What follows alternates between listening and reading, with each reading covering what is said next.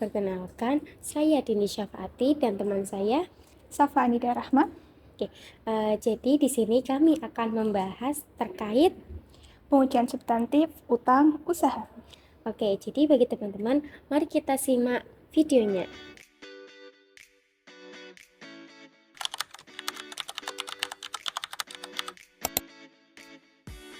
Baik teman-teman, di sini apakah kalian sudah mengetahui tentang utang usaha? Baik, jadi di sini utang usaha itu termasuk salah satu dari utang lancar. Utang lancar itu merupakan kewajiban yang harus dibayar dalam periode pendek atau 1 tahun ataupun kurang dari 1 tahun.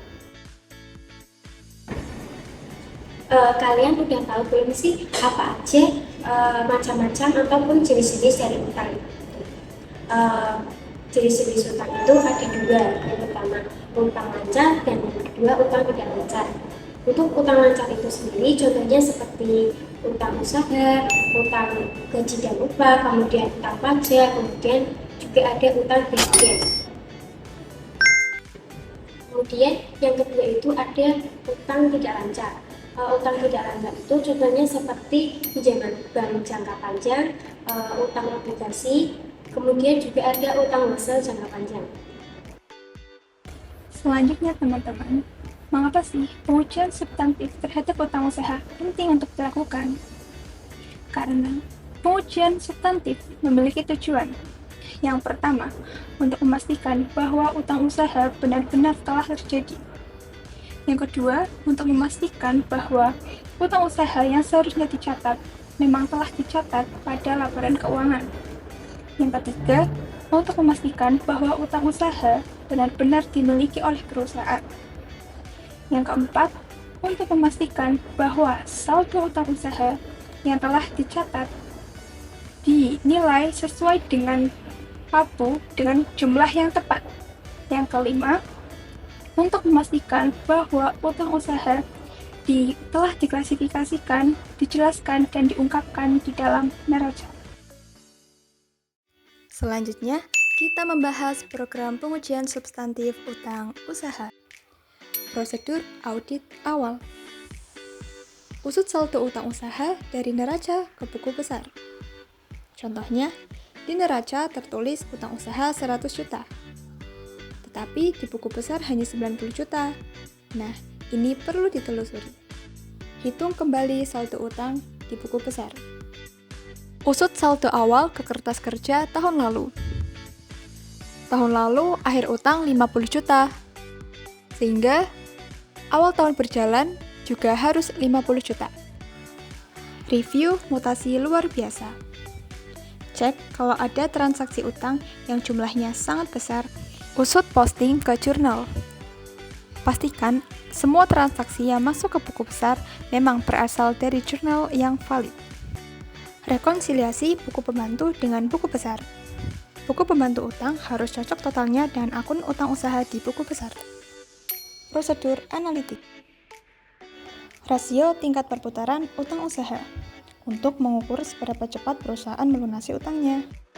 Rasio utang usaha dengan utang lancar dan rumus saldo utang usaha dibagi dengan utang lancar.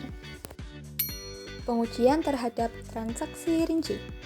Melakukan pengujian pisah batas pembelian untuk memperoleh keyakinan terhadap pencatatan pembelian baik dengan FOB shipping point maupun destination.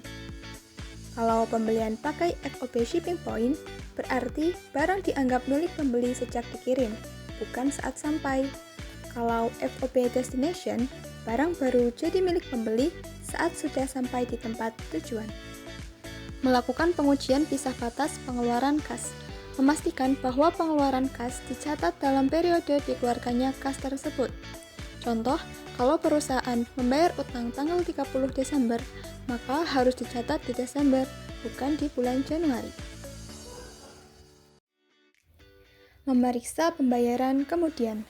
Untuk mendeteksi adanya utang yang tidak dicatat, tidak terbayar di akhir tahun, dan menemukan pengeluaran kas yang tidak tercatat pada tanggal neraca. Memeriksa utang usaha yang tidak dicatat.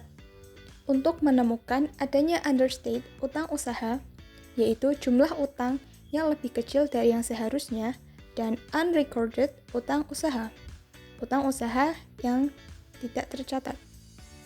Karena jika tidak dicatat, laporan keuangan bisa tampak lebih baik dari kondisi sebenarnya karena jumlah kewajiban menjadi kelihatan lebih kecil.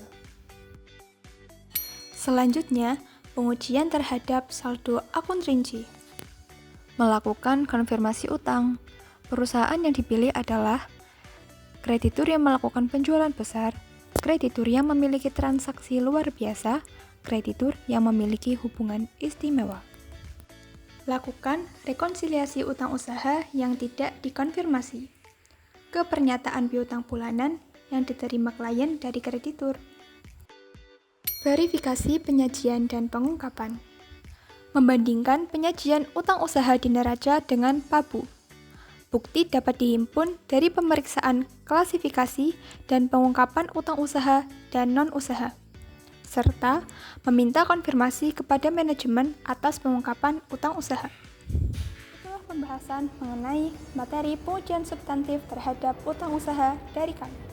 Semoga dengan adanya video ini dapat menambah pengetahuan bagi teman-teman. Sekian dari kami. Wassalamualaikum warahmatullahi wabarakatuh.